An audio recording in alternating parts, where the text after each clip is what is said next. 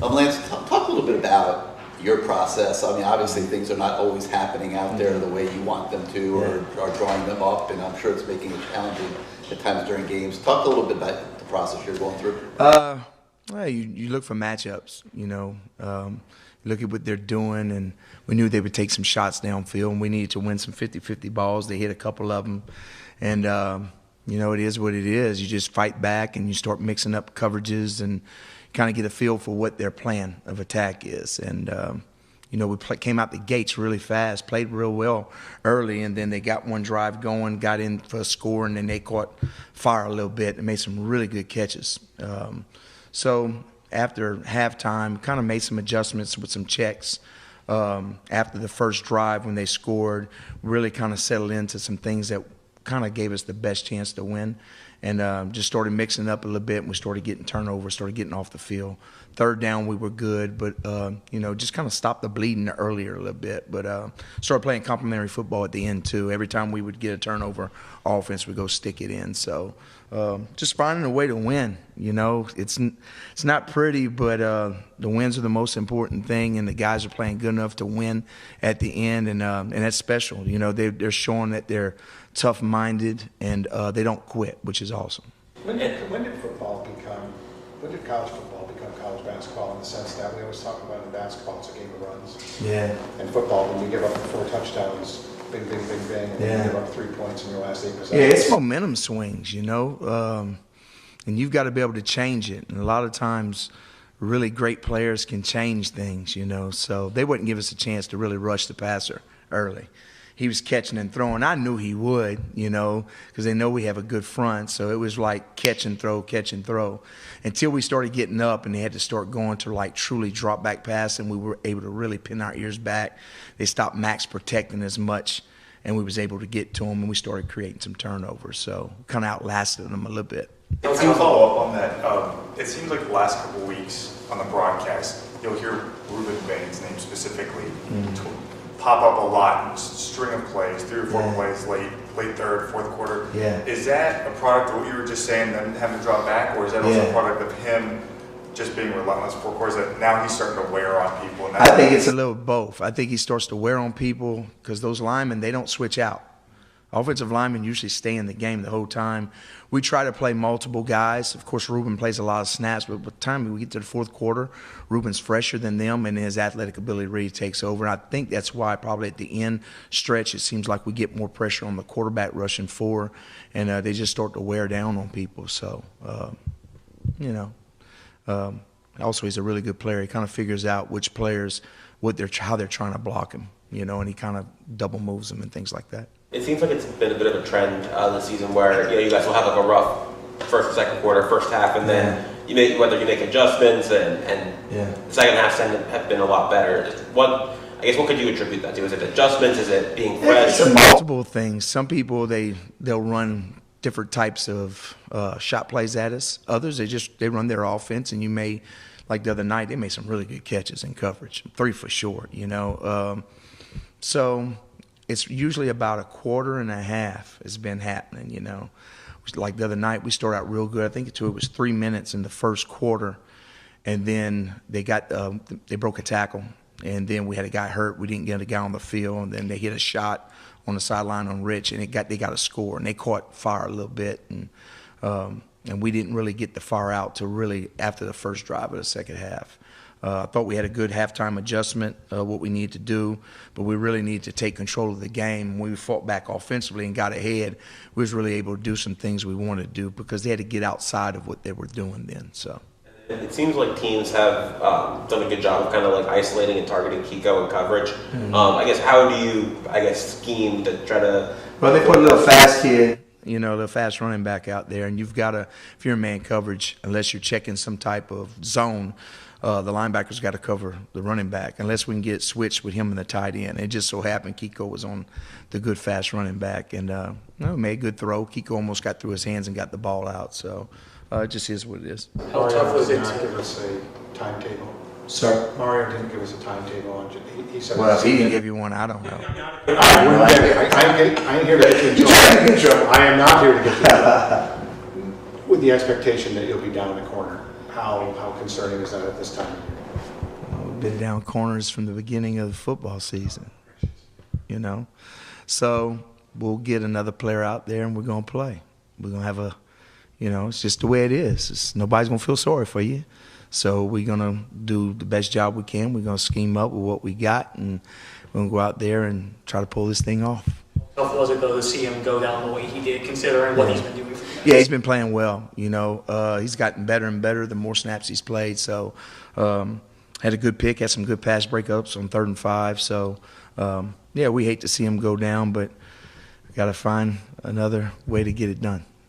Along those lines, you're trying to develop depth, you're trying to develop your younger players, and you're up 14-0 the other day and made some relatively wholesale personnel changes in the lineup, and it went at the snap of the finger. Right? I mean, and it changed the whole game, and it was a 28-3 run before you were able to stop the bleeding. How do you manage that? I mean, obviously you have to develop depth. Guys get hurt. You have to develop your younger players. You stay positive and you keep coaching. And on the back of my call sheet, I've got every defense we've ever put in. And I'll start flipping over and I'll start looking like what they're doing, what we have, and I just go from there. And then boom. Jason the other night said, "Lance, how about this?" I looked at it and said, "Yeah, that's it." Boom, found it. And then we started doing some things. And so it's collectively between all the coaches. I think they do a really good job of giving feedback. And then sometimes you got to search within your game plan. Don't always work. I always said that. They're going to have a different deal that they're going to come at you with. You got to find things to cancel out things. What you have, and sometimes it's matchups that you got to help guys on matchups. So you just got to keep working. You work from the beginning of the game to the end. Now the stakes, because of the success so far this season, the stakes are getting bigger. It's bigger every week. It's 1-0. Like, does that change the dynamic? It's 1-0. It was big from the first game against Florida. It's where we're at. I mean, everybody wants to look at the end product. It ain't every week. That's what we've been preaching, So we got 9 wins. We're looking for number 10. 1-0 each week. You got to stay that way. You can't look at the NO, who we're going to play in the conference championship, where will we be seated. No, you got to go each and every week. You got to go every day, one day at a time, and just try to get better. And you've got to stay that way. You can't look ahead.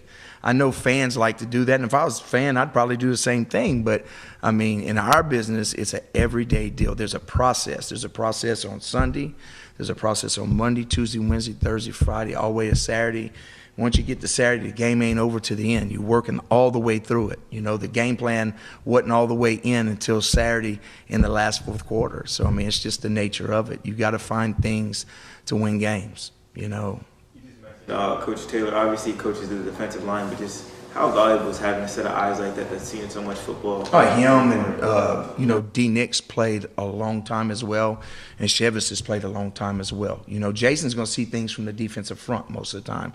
Chevis is going to see things from the back. D. Nix kind of in the middle of everything.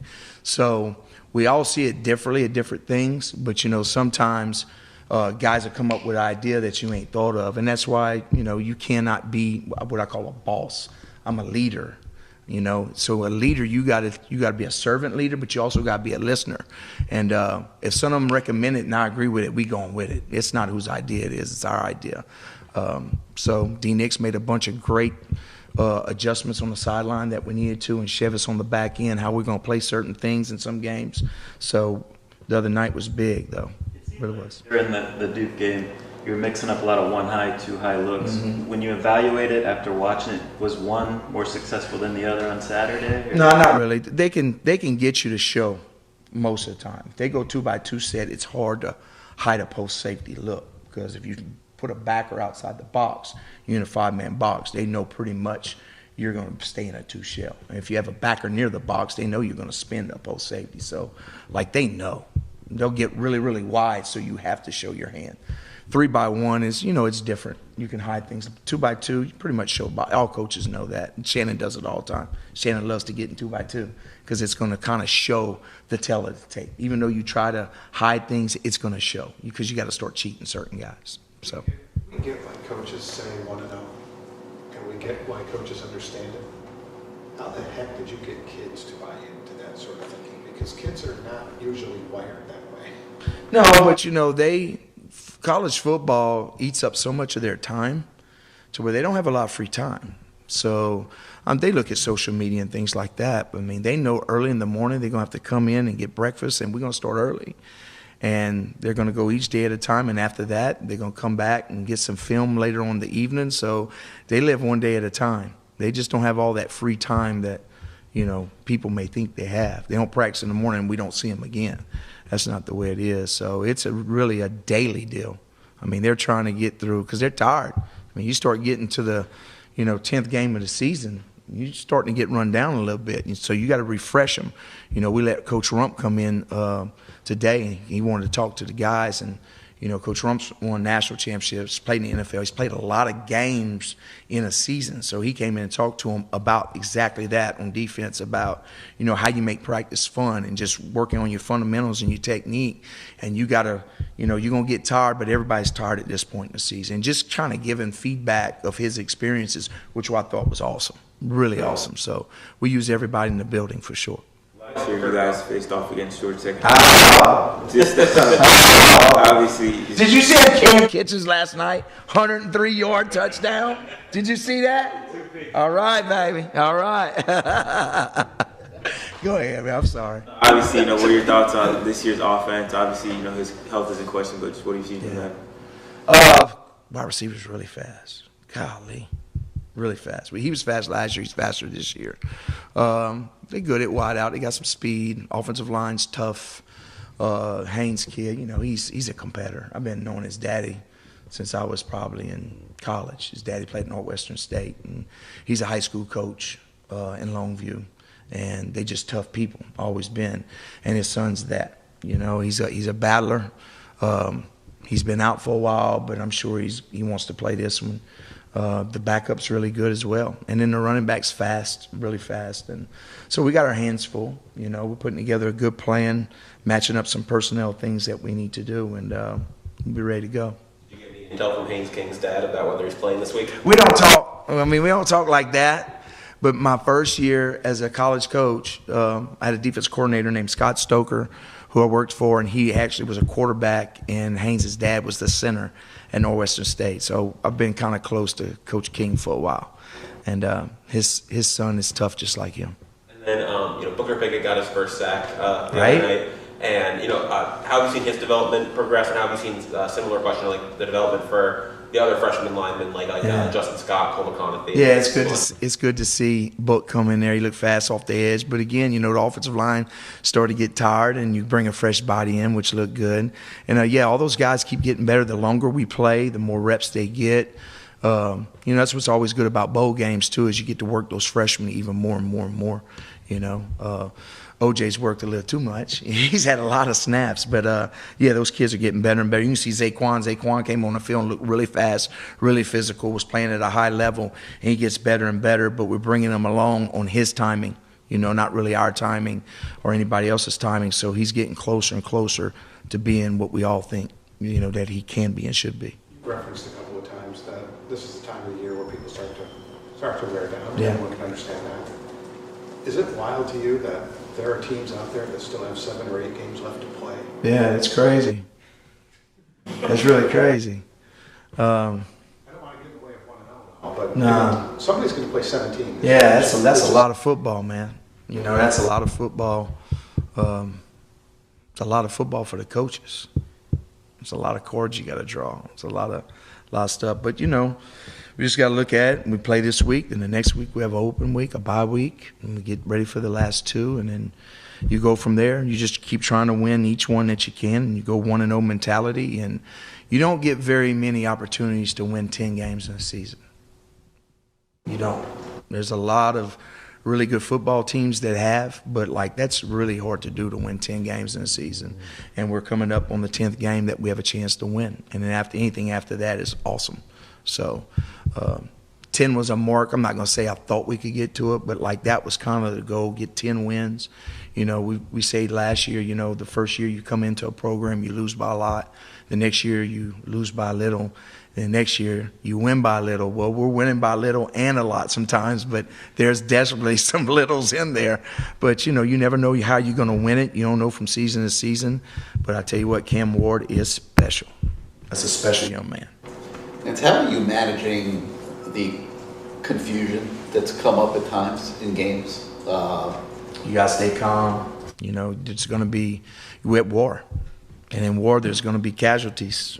And there's gonna be things that you haven't expected. And there's gonna be things that go wrong that you worked on a lot, but you gotta just reiterate to them, look, go back to your rules, go back to your technique, go back to your fundamentals, kind of calm it down, and then you just kind of starts clicking again. So there's no magic to it. You just gotta keep working through it, and sometimes it's a little bit psychological, you know? It really is.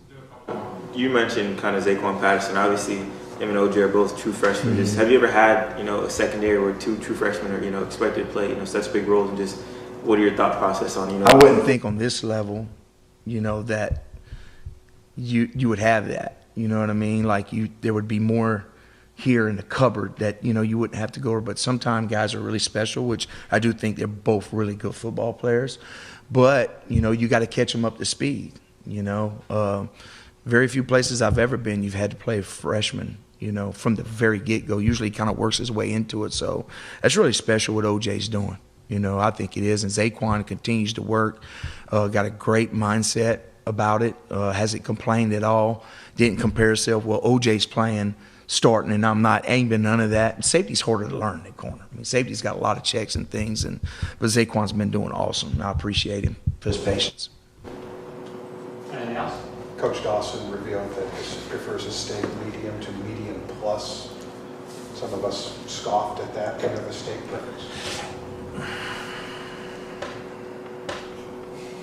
I'm a medium guy. Nah, I'm a medium guy, I guess. You know, to me, I don't know. I'd rather eat crawfish. Can't get crawfish all the time. I'm a medium guy, though. Yes, sir. Thank you. I appreciate y'all. Thank you.